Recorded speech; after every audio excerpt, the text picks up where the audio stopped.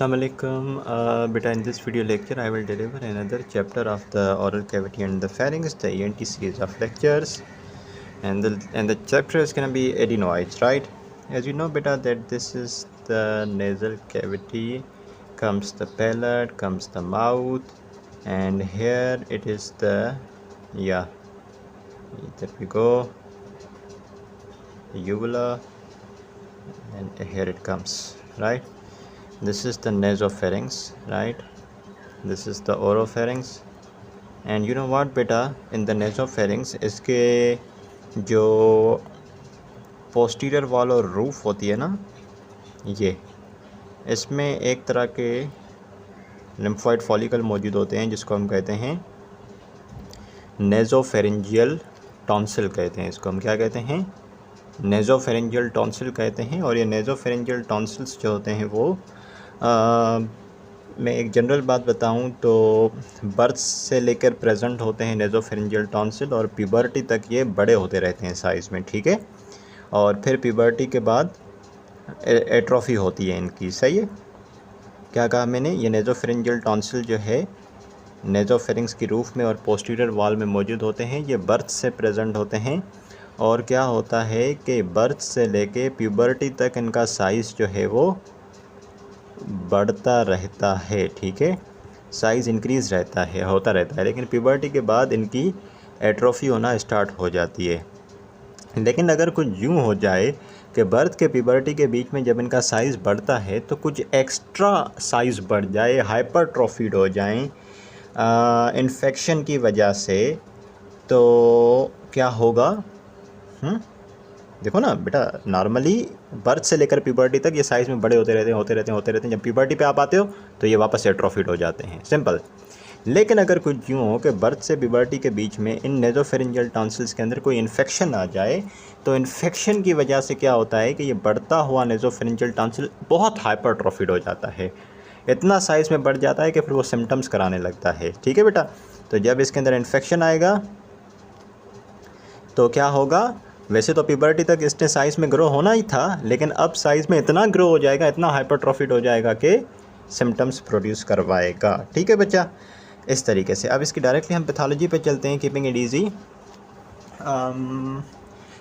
Right, as a result of infection क्या होगा कि जो आपके नेज़ोफेरेंजियल टॉन्सिल्स थे, they will undergo hypertrophy, and this enlarged hypertrophied nasopharyngeal tonsil is said to be adenoids, ठीक है।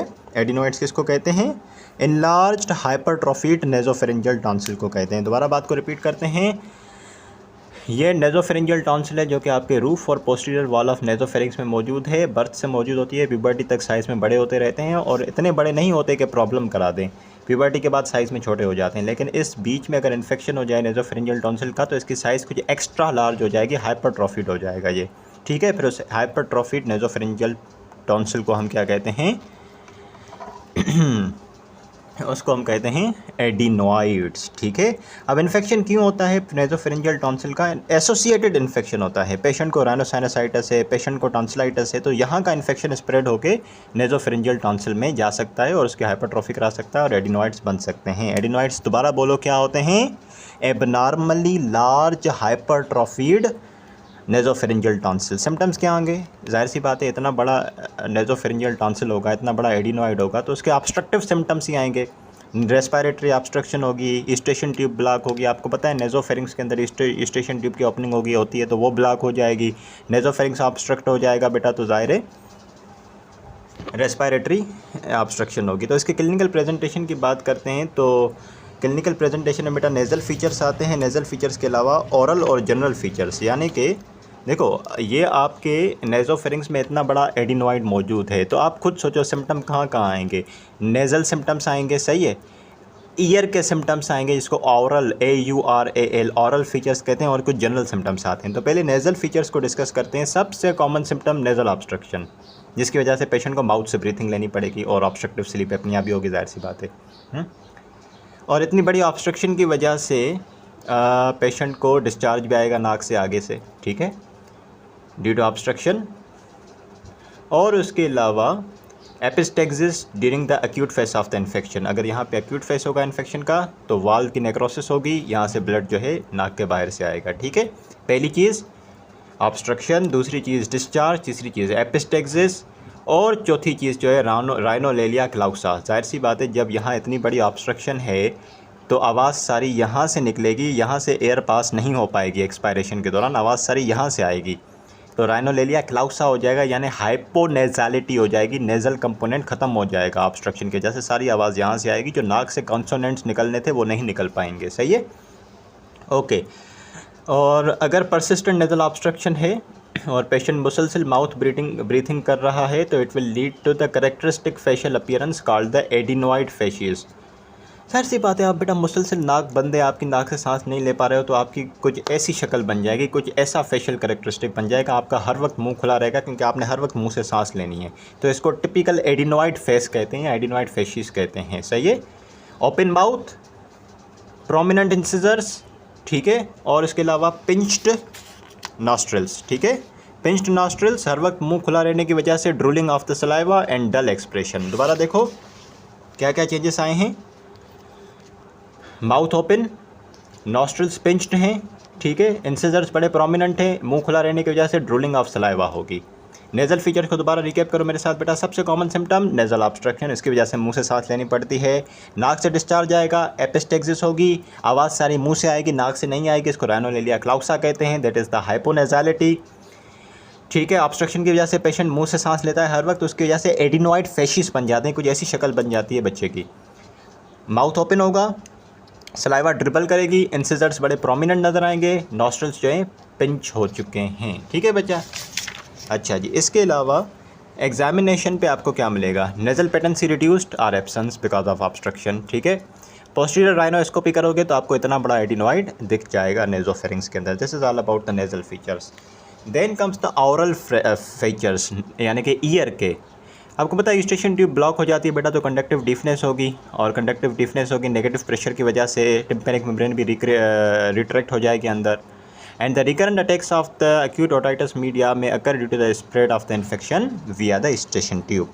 देखो इतने बड़े एडिनोइड की वजह से स्टेशन ट्यूब ब्लॉक हुई, स्टेशन ट्यूब के ब्लॉक होने से क्या होगा, नेगेटिव प्रेशर क्रिएट होगा आपके टिम्पैनिक कैविटी के अंदर। ठीक है, उससे आपकी टिम्पैनिक मेम्ब्रेन रिट्रैक्ट हो जाएगी अंदर की तरफ, कंडक्टिव डीफनेस होगी, और बहुत मुमकिन है कि रिकरेंट केसेस में जो इन्फेक्शन है वो स्टेशन ट्यूब से सारा पास होकर कहाँ चला जाए, मिडिल ईयर के अंदर, और वहाँ पे ओटाइटिस मीडिया करवा दे। सही है, and also it can cause the perforation of the tympanic membrane due to the accumulation of the pus in the middle ear as a result of the otitis media, and the non-suppurative fluid may be collected in the middle ear due to the eustachian tube blockage, and this is said to be the eustachian otitis media with the effusion. Oral features क्या क्या आए, eustachian tube block होने की वजह से क्या हुआ, eustachian tube block होने की वजह से कंडक्टिव डीफनेस होती है। अगर मैं दोबारा यहाँ बना के दिखाऊँ आपको, तो ये टिम्पैनिक मेम्ब्रेन है, ये टिम्पैनिक कैविटी है, और ये फ़र्ज़ करो आपकी eustachian ट्यूब है, ये ब्लॉक हो जाएगी, यहाँ पे नेगेटिव प्रेशर क्रिएट होगा, इसके ब्लॉक होने से कंडक्टिव डिफनेस होगी, यहाँ नेगेटिव प्रेशर होगा, ये मेम्ब्रेन अंदर की तरफ रिट्रैक्ट हो जाएगी। सही है, यहाँ से इन्फेक्शन ऊपर आके यहाँ आ सकता है और ओटाइटिस मीडिया करा सकता है। सही है, और यहाँ पे मिडिल ईयर के अंदर पस जमा हो जाएगी। ज़रूरी नहीं कि ओटाइटिस मीडिया म्यूकोप्यूरुलेंट ओटाइटिस मीडिया हो, नॉन सपरेटिव भी हो सकता है फ्लूइड इसके अंदर। सही है, जिसको ओटाइटिस मीडिया विद इफ्यूजन कहते हैं। ऑरल फीचर्स के बाद comes the generalised features. Generalised features like बेटा नेज़ल ऑब्स्ट्रक्शन तो है ही है, माउथ ब्रीथिंग करेगा पेशेंट, कंडक्टिव डिफनेस होगी, mental dullness, apathy, nocturnal enuresis, tics and night terror, बड़े डरावने ख्वाब आते हैं, रात को डर लगता है। ठीक है, and because of hypoxia during sleep तो नाइट टेरर हो सकता है। ठीक है, lack of development of the thorax with flat chest and round shoulders, क्योंकि अगर इतने बड़े एडिनॉइड होते हैं बचपन के अंदर बेटा तो ग्रोथ वैसे ही रुक जाती है ओरल कैविटी और फेरिंक्स के रीजन की। सही है, जनरलाइज फीचर में नेज़ल ऑब्स्ट्रक्शन, मुंह से बच्चा सांस लेगा, conductive deafness, mental dullness, nocturnal enuresis, night terror. ठीक है, और जो डेवलपमेंट है आसपास के रीजन्स की थोरेक्स की वो नहीं हो पाएगी, चेस्ट बहुत फ्लैट होगी, शोल्डर्स आपको राउंड मिलेंगे। एडिनोइड्स का पेशेंट है, इतने बड़े नेज़ोफेरिंजियल टॉन्सिल्स हैं, इसको इन्वेस्टिगेट कैसे किया जाए बच्चा। इन्वेस्टिगेट करने के लिए you perform the plain X-ray, और बहुत अच्छे से बहुत आसानी से आपको एनलार्ज एडिनॉइड्स मिल जाते हैं। और नेज़ोफेरिंजियल एयरवे इतने बड़े एडिनॉइड्स की वजह से ज़ाहिर है नैरो होता है। एंडोस्कोपी पे आपको नेज़ोफेरिंग्स के अंदर आप नेज़ल एंडोस्कोपी ओपीडी में ही करते हैं और आपको बड़े आसानी से दिख जाते हैं एडिनॉइड्स, ठीक है। और ये देखो आपकी एक्सरे की इमेजिंग, तो एक्सरे पे ये रहा आपका एडिनॉइड, सही है। ये इतना बड़ा एडिनॉइड आपको एक्सरे पे दिख रहा है। उसके अलावा नेज़ल एंडोस्कोपी करते हो आप, ये उसमें ओपीडी में ही हो जाती है। और ये रहा इतना बड़ा एडिनॉइड, और पीछे जो रास्ता है यहाँ आने का वो सारा बंद है नेज़ोफेरिंग्स का, ठीक है, ऑब्स्ट्रक्शन की वजह से। Differential diagnosis that can confuse with adenoids like congenital choanal atresia. देखो ना कितना सिमिलर है। कंजेनाइटल कोनल एट्रेशिया में दोनों पोस्टीरियर नेयर्स क्लोज होते हैं, एडिनॉइड्स के अंदर भी दोनों पोस्टीरियर नेयर्स जो है ऑलमोस्ट क्लोज हो जाते हैं। दोनों कन्फ्यूजिंग है ना, दोनों में आप कंफ्यूज हो सकते हो कि ओके ये पेशेंट को पोस्टीरियर कोनल एट्रेशिया है या फिर एडिनॉइड है। वो तो आप एंडोस्कोपी करोगे फिर आपको दिख जाएगा कि ये एट्रेशिया है या फिर एडिनॉइड है, लेकिन फिलहाल तो आप कंफ्यूज हो जाओगे दोनों में। उसके अलावा डिफ्लेक्टेड नेज़ल सेप्टम, क्योंकि डिफ्लेक्टेड नेज़ल सेप्टम और एडिनॉइड्स दोनों की प्रेजेंटेशन ऑलमोस्ट सेम होती है। डिफ्लेक्टेड नेज़ल सेप्टम के अंदर ऑब्स्ट्रक्शन होती है, नेज़ल ऑब्स्ट्रक्शन होती है, नेज़ल डिस्चार्ज आता है, समटाइम्स एपिस्टेक्सिस होती है। एडिनॉइड्स की भी प्रेजेंटेशन सेम है, तो you may get confuse between the two if it is the nasal septum deflected और इट इज़ एडिनॉइड। तो फिर आप एग्जामिनेशन करोगे तो फिर पता चल जाएगा।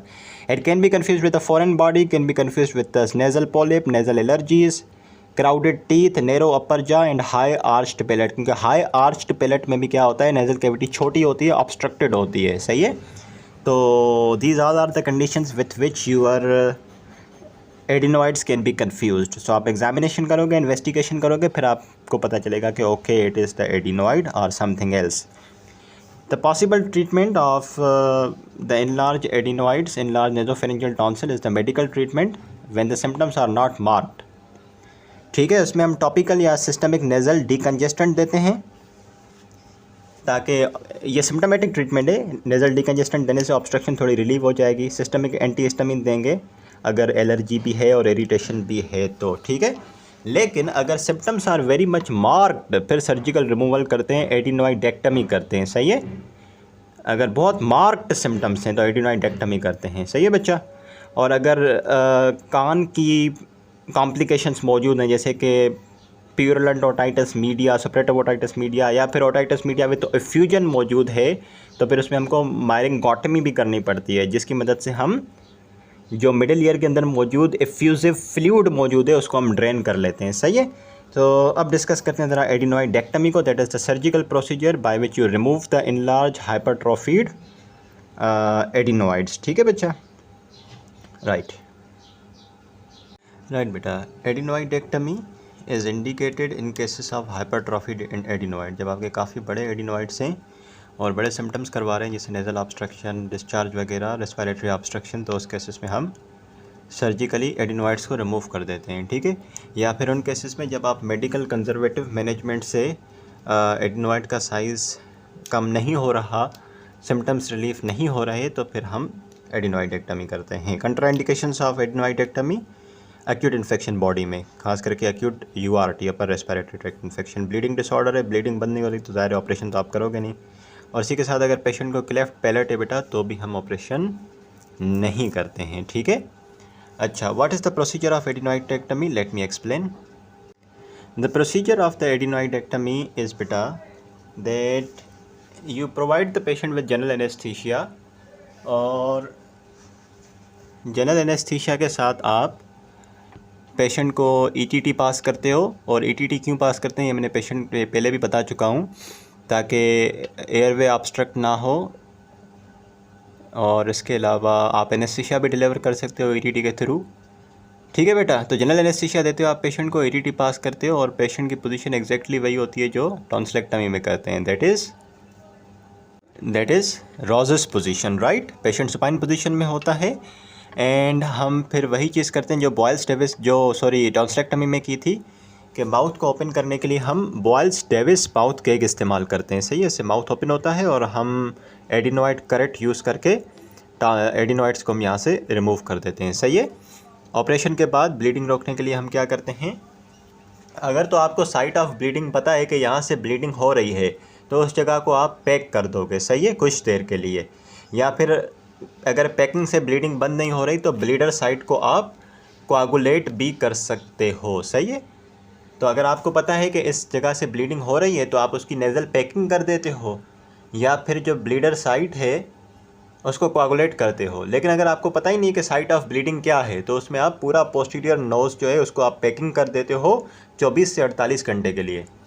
अगर आपको पता है कि साइट ऑफ ब्लीडिंग ये है तो कुछ देर के लिए आप पैकिंग करते हो, आप पैक निकाल देते हो। या अगर सीवियर ब्लीडिंग है तो फिर उस जगह को आप कोआगुलेट कर देते हो। लेकिन अगर आपको साइट ऑफ ब्लीडिंग पता ही नहीं है तो आप पैक लगा के छोड़ देते हो 24 से 48 घंटे के लिए, ताकि अगर कहीं से भी ब्लीडिंग हो तो बंद हो जाए। एक लेटेस्ट इंटरवेंशन है बेटा एंडोस्कोपिक एडिनोइडेक्टमी, ठीक है, जिसमें एडिनोइड्स को रिमूव किया जाता है with the help of the microdebrider और शेवर, सही है, through the nasal endoscope. It's a modern latest intervention और ये अभी यूज़ भी हो रही है बेटा, ठीक है। The post operative care of the adenoidectomy is, patient को लेटरल पोजीशन में रखते हैं ताकि कोई फ्लूइड नीचे एस्पायरेट ना हो जाए। और उसके बाद पेशेंट के vital science, pulse, respiration, BP, temperature इसको चेक करते रहते हैं। पेशेंट को 6 घंटे के लिए ऑपरेशन के बाद एनपीओ पे रखते हैं, नथिंग पर ओरली कुछ भी नहीं देना। उसके बाद हम लिक्विड डाइट स्टार्ट करते हैं, आइसक्रीम स्टार्ट करते हैं, हल्की फुल्की जो ठंडी ग़िज़ा होती है जैसे टॉन्सिलेक्टमी में किया था। उसके बाद फिर आप सॉफ्ट डाइट और सॉलिड डाइट पे शिफ्ट हो सकते हो। ओरल हाइजीन मेंटेन रखी जाती है, रेगुलर माउथ वॉश, गार्गल्स करने चाहिए, टॉपिकल एंटीसेप्टिक्स और सूटेबल एंटीबायोटिक, कोएमॉक्सिक्लेव वगैरह और एनाल्जेसिक देते हैं ऑपरेशन के 1 हफ्ते के बाद तक, सही है। या patient is discharge from hospital on the same evening, ठीक है, सुबह में आपने ऑपरेट किया और फिर शाम में उसको डिस्चार्ज भी कर दिया, सही है बच्चा। इस तरीके से कॉम्प्लिकेशंस ऑफ एडिनोइडेक्टमी, सबसे बड़ी कॉम्प्लिकेशन हेमरेज है, इंपॉर्टेंट कॉम्प्लिकेशन, सही है। और पल्स रेट इसका बड़ा इंडिकेटर होता है हेमरेज का। अगर माइनर हेमरेज है वो तो खुद ब खुद स्टॉप हो जाती है स्पॉन्टेनियसली, या फिर हल्का फुल्का उसको कोआगुलेंट देके ब्लीडिंग को स्टॉप किया जा सकता है। लेकिन अगर प्रोफ्यूज हेमरेज है तो उसमें हमें पैकिंग करनी पड़ती है, उसको हम ऐसे नहीं छोड़ सकते, वो स्पॉन्टेनियसली ठीक नहीं होने वाली, सही है बच्चा। तो उसके लिए पैकिंग करनी पड़ती है, सही है। इसके अलावा कुछ और कॉम्प्लिकेशन जैसे कि injury to the oral cavity and pharynx, lips, gum, teeth, tongue, palate और टेम्पोरोमैंडिबुलर जॉइंट, माउथ ज़्यादा खोलने की वजह से डिसलोकेट हो सकता है, सही है। उसके अलावा कुछ और complication, injury to the station tube, scarring of station tube, stenosis of station tube, क्योंकि आप एडिनोइड निकाल रहे हो नेजोफेरिंग्स में से, और नेजोफेरिंग्स में स्टेशन ट्यूब की ओपनिंग होती है, तो आप उसको स्कार कर सकते हो, स्टीनोस कर सकते हो, ठीक है। अच्छा, आप पैलेट को इंजर कर सकते हो, पैलेट की इंजरी में पैलेट की फाइब्रोसिस और स्कैरिंग, जिसकी वजह से पैलेट का साइज़ बड़ा छोटा हो जाता है, और वेलो फेरेंजियल इंसफिशिएंसी हो सकती है, माउथ की जो अंदर ओपनिंग है टुवर्ड्स द ओरोफेरिंग्स बहुत छोटी हो सकती है। And lastly the complications of the general anaesthesia, वही जो टॉन्सिलेक्टमी में थी, एस्पायरेशन ऑफ द ब्लड और म्यूकस इनटू द लंग्स, जिसकी वजह से लंग एब्सिस और निमोनिया हो सकता है, क्योंकि एस्पायरेशन हो, क्योंकि आप देखो इस जगह पे ऑपरेट कर रहे हो, it's very close to the lungs, right, तो फ्लूइड एस्पायरेट हो सकता है। इसी वजह से ऑपरेशन के बाद हम पेशेंट को लेटरल पोजीशन में रखते हैं, सही है। और इसके अलावा कार्डियक अरेस्ट और सेरिब्रल हाइपोक्सिया वगैरह are the complications of the general anesthesia in case of the adenoidectomy, right beta? So this is all about this chapter. Thank you so much. Class dismissed.